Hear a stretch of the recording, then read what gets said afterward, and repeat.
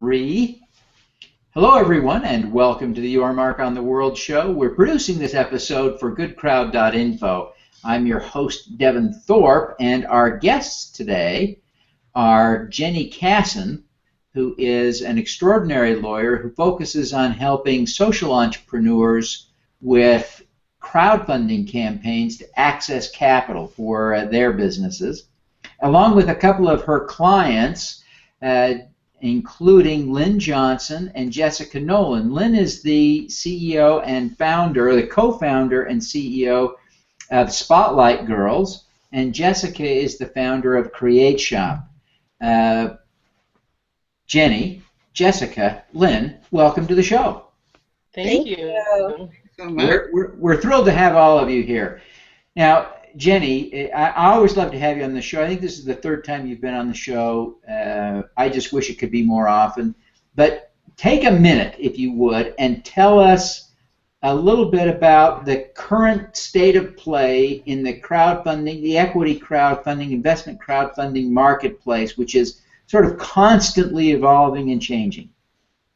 Yes, well, there have been some big changes recently. I've been working with clients to do crowdfunding of investment opportunities for a while, and a lot of people don't realize that it has actually been possible to do that for many, many years. But now we have some new tools in the toolbox that were made possible by the Jobs Act, which was signed by President Obama in 2012. And little by little, some of those tools are becoming available, and most recently, on May 16th, Title III of the Jobs Act, which is the crowdfunding exemption, became available.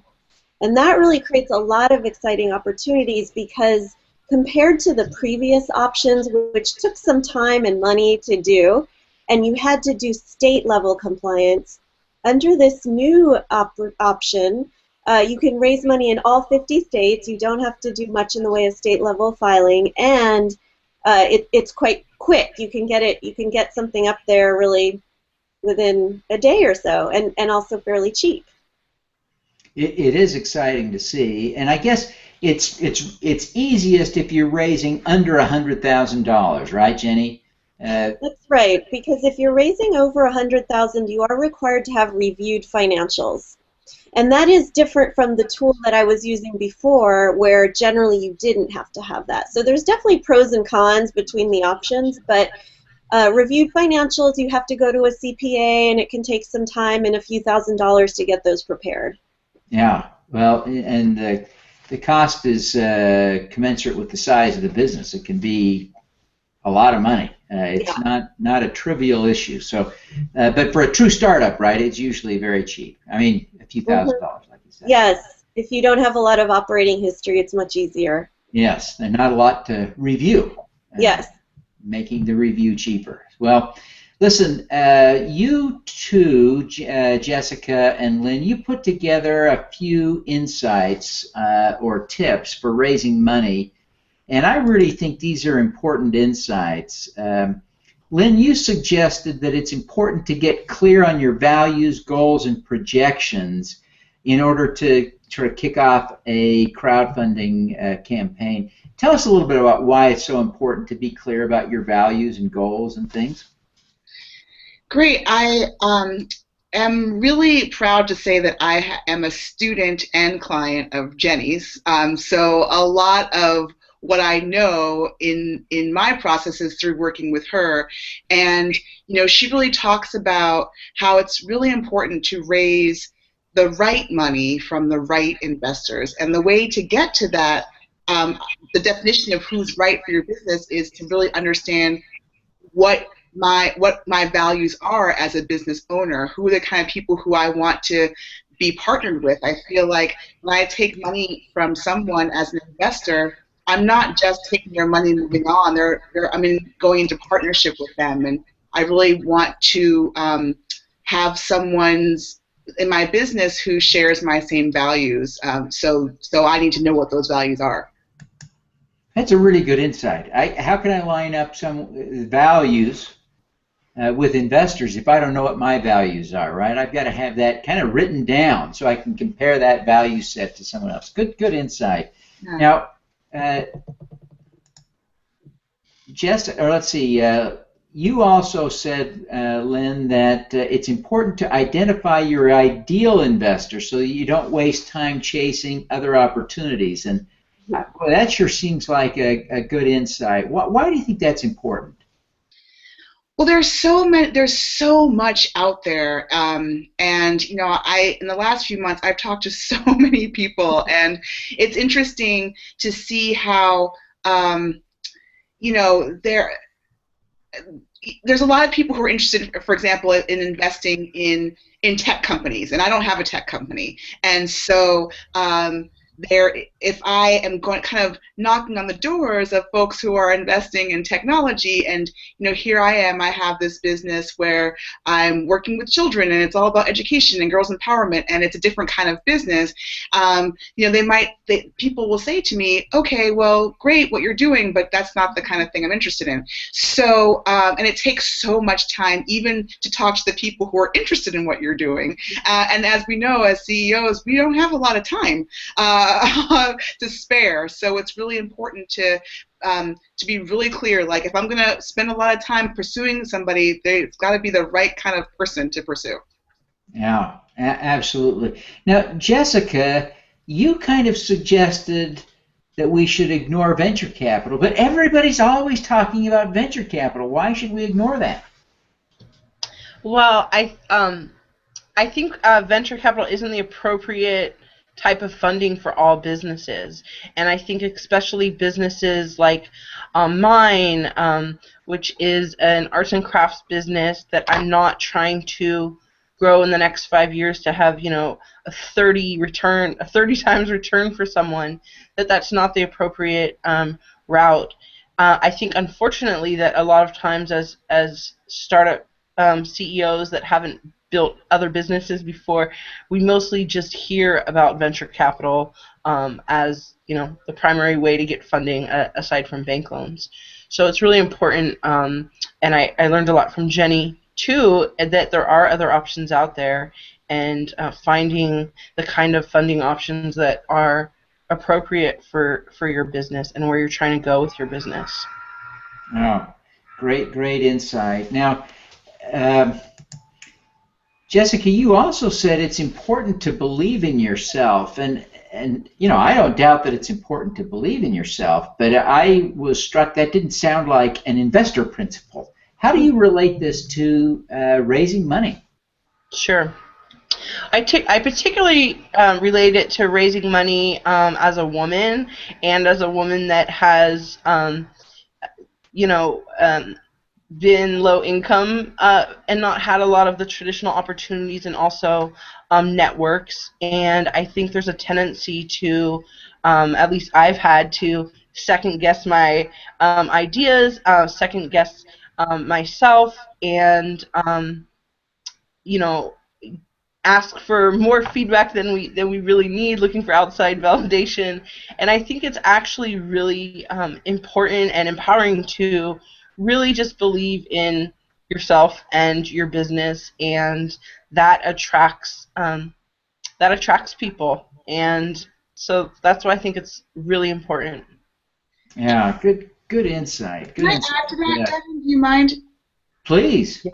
I think that's such an important point, Jessica, because especially as women, and especially with the kind of businesses that you and I both have, we're in the businesses, we both have businesses that are around creativity and about bringing people together in real time, in real space, and there's so many messages about how what we're doing is a little bit less than, like, it's like a soft skills kind of business, and it's and we're women who run it, and we both kind of come from, I know Jessica and I both come from nonprofit world where you're kind of in the position of like always asking someone else for money, and so to be able to say, like, I have a product that is worth something and that people are buying and people want to buy, and it's becoming a successful business. And as an investor, you need to see the value in what I have. That's really great. I mean, Jenny often tells us, like, to not go out there and say, like, please, please invest in my business. It's like, I have this amazing opportunity for you. And it's true. I have investors already in my business who are super excited about it and see the value in it. So it really does come from that place of believing in what we're doing and believing in ourselves. Now, I think that's a great and powerful insight. Now, Lynn, you also said that you need to mine your community, and that sounds a little rough, but tell us what you're thinking about when you say you've got to mine your community. I think it means, I know I was trying to figure out the right verb for that. It means really understanding that your future investors can really come from the people that you know, and that's why I'm really excited about the crowdfunding opportunity now. And we're about to launch our campaign on the WeFunder platform, and I have a whole list of people who I know, friends and family, and we're always told as business owners to go to your friends and family for help. But with this opportunity, I'm able to, I don't know, like Jessica, I don't know lots of people who have millions of dollars, but I know people that might have a few $1,000s, and so now I'm able to kind of look in. I mean, I literally looked in my Facebook page. I have 1,000 or so Facebook friends, and I looked and I wrote down the names of everybody who I thought I should reach out to, and I'm just kind of going through one by one. So, and they, obviously can say no, but I want to give them the opportunity to know what I'm doing. So that's what I mean by mining. Right. Now, one last observation, Jessica, that you made was that you need to network. Tell us about how that differs from mining your community and why it's important. Sure. I think it's just important to get out there and meet people and present this opportunity that we have, this investment opportunity with our businesses, and you never know who you're going to meet, and I think people are looking for opportunities, and I just think it's really important. Also, especially if you haven't, maybe you didn't go the traditional route to Stanford and college, and you don't have those kind of strong networks that you can pull from, you have to put yourself out there. Yeah. Not everybody went to Yale Law School, did they, Jenny? Just one of the four of us went to Yale Law. So, well, Jenny, your clients have done a great job of outlining 6, I think, really important tips. What would you add to what they've said? Yes, I'm so excited for them, and they really, I think they kind of touched on it, that what they're offering may not be attractive to every single investor, and every single investor may not be attractive to them. But so many people out there, more than a majority of the residents of our country, do have money to invest. And so I think just thinking more broadly about who potential investors might be is so important. And I know a lot of mission-driven businesses that are raising money, and they Google investors, or they go on LinkedIn and they find investors. But how many people who, the people who have invested in Lynn's business, they probably wouldn't call themselves an investor. They're just regular folks that love what Lynn is doing, believe in Lynn, know she's going to do amazing stuff. She already has built an amazing business, and they want to be a part of that. So I think, and you don't even necessarily have to do a crowdfunding campaign to be able to tap into those kinds of investors.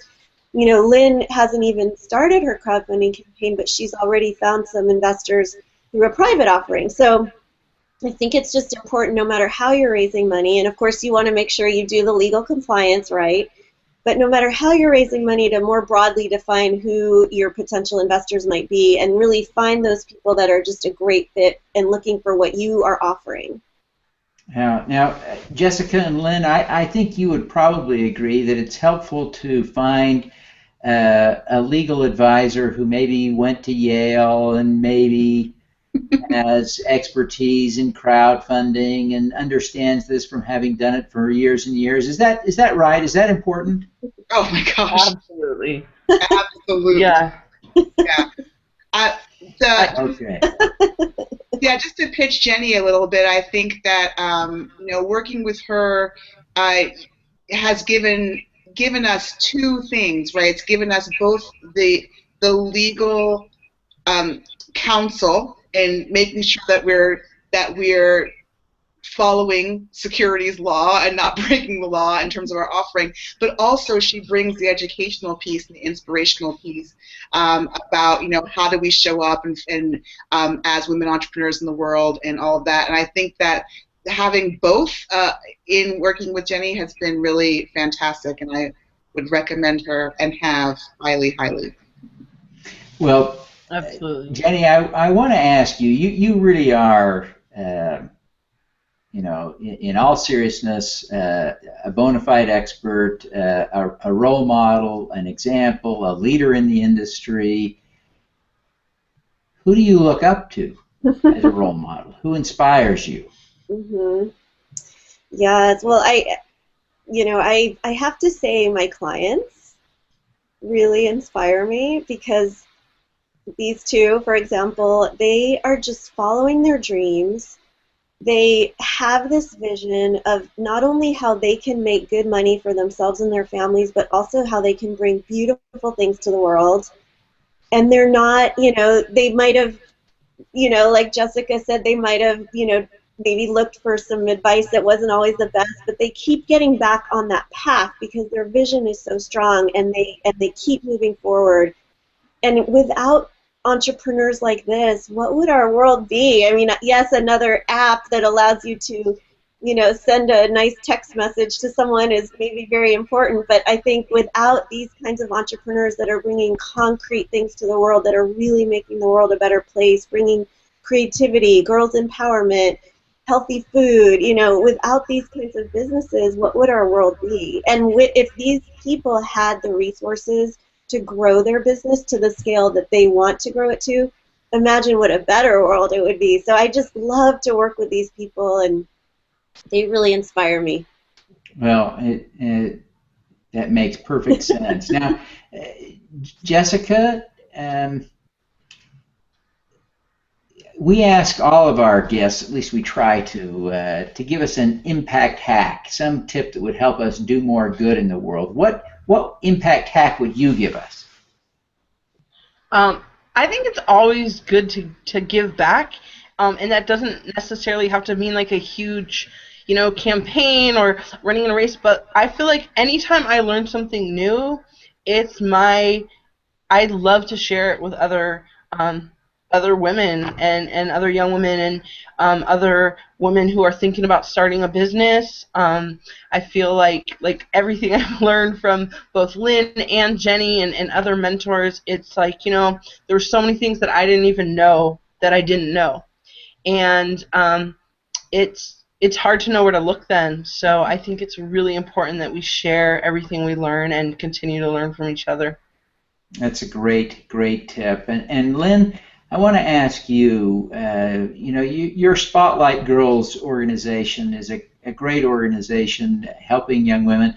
Tell us why that's important to you. I think we all value young women to some extent, but most of us don't devote our lives to it. Why have you decided to devote your life to it?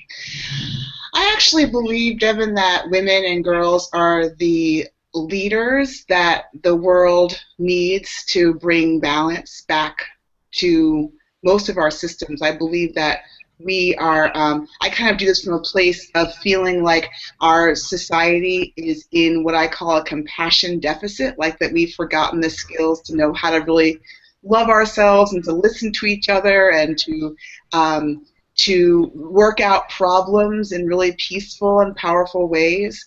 And I feel like that's because there's so much imbalance, and that a lot of that comes from the fact that these really what we understand to be strengths, like empathy and gratitude and you know, kind of setting clear boundaries, all of these things have been relegated to this place of like the feminine, like I was saying earlier, like the kind of soft skills, not that important, but we all know, all of us in leadership know how important these skills are. And I feel like working with girls and women and really strengthening us as leaders can, you know, here we are like just right after we have our first woman nominated as, to become our Democratic nominee. And so we're seeing like, okay, what's going to happen? What's going to happen now when we're in more positions of leadership in the areas that we need to bring balance to? So that's why I do it. And it's fun. But that's my main reason for doing what I do. Oh, that's great. Well, listen, I want to give each of you a quick opportunity. And Lynn, why don't we start with you? Tell us how people can learn more about Spotlight Girls. Great. So you can visit us online at spotlightgirls.com. And you can reach me there as well if you'd like, Lynn at spotlightgirls.com. Fantastic. And Jessica, how do we find more learn more about Create Shoppe? Sure, you can you can reach out to us on our website at Create Shoppe. That's with a PPE.com, and you can also follow us on Twitter at Create Shoppe too. Fantastic. And Jenny, how do people find you? Yeah, so my website is jennykassan.com, JENNYKASSAN.com, and I have a lot of great resources there about, how do you choose the right crowdfunding tool for you, what do you say to investors, how do you prepare to raise money, etc. Well, fantastic. Well, Jenny, we really appreciate you taking the time to be with us. Lynn, Jessica as well, thank you all. We wish you every success in your efforts to raise money for your great businesses. Thank you, Devin. Thank you. Thanks for having us. All righty. Let's do some good.